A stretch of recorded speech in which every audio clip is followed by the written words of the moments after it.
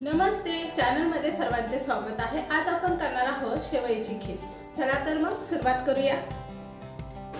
सुरुवातीला 1 चमचा साजूक तूप घालायचा आहे।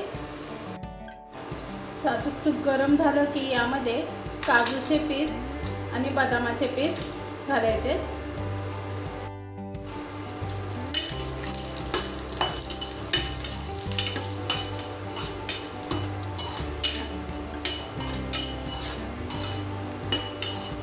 थोडेसे लालसर झाले की एका प्लेटमध्ये काढून घ्यायचं आहे।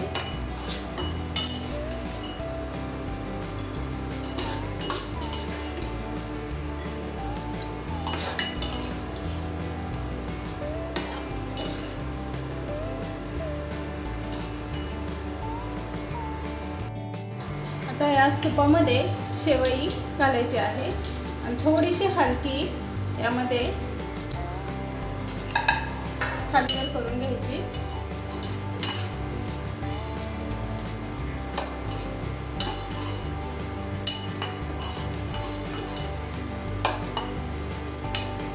तुम्ही भाजकी शेवई किंवा कच्ची शेवई असते ती घेतली तरी चालेल। तर हलकी भाजून झाली आहे शेवई। आता यामध्ये आपल्याला थोडीशी खसखस घालायची आहे आणि ती पण हलकीशी भाजून घ्यायची आहे।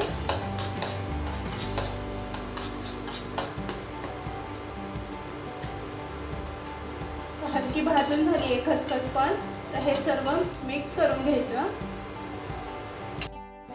आता काय करायचं, यामध्ये मी थोडंसं पाणी घेतले बघा कपामध्ये, ते घालायचं आहे आणि एकदा मिक्स करून घ्या।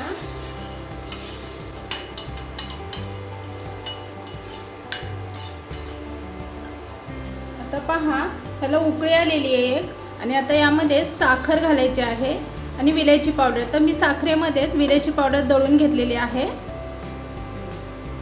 आणि मिक्स करायचं आहे। तुम्हाला जसं गोड हवं आहे तसं घाला। मी 1 वाटी साखर घातलेली आहे।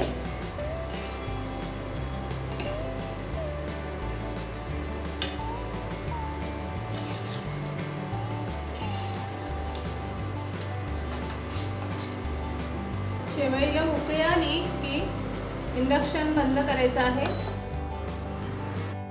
इंडक्शन बंद करून झालेले। लक्षात ठेवायचं, शेवईला उकळी आल्यानंतर आपण इंडक्शन बंद केलं आणि त्यानंतर काय करायचं, आपल्याला आपण ज्या भांड्यात शेवई केली आहे ना ते भांडं इंडक्शनवरनं खाली घ्यायचं आहे आणि थोडा वेळ त्याला शांत होऊन द्यायचं। त्यानंतर यामध्ये आपण दूध घालणार आहे। कारण की असं का करायचं, जर असं गरम असतानाच आपण दूध घातलं ना तर दूध आपलं फुटतं आणि शेवईची खीर पण आपली खराब होते। मग शेवई आता थंड झाली, यामध्ये मी 1 कप दूध घालत आहे।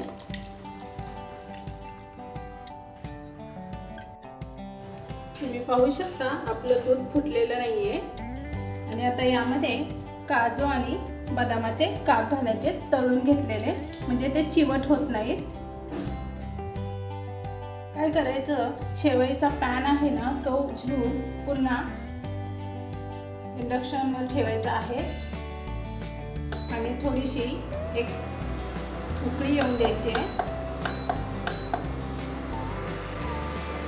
एक उकळी आली की इंडक्शन बंद करायचं आहे। चला तर आपली शेवईची खीर खाण्यासाठी तयार आहे। एकदा नक्की करून पहा। तुम्हाला हा व्हिडिओ आवडला असेल तर चॅनलला सबस्क्राईब, लाईक, शेअर करायला विसरू नका।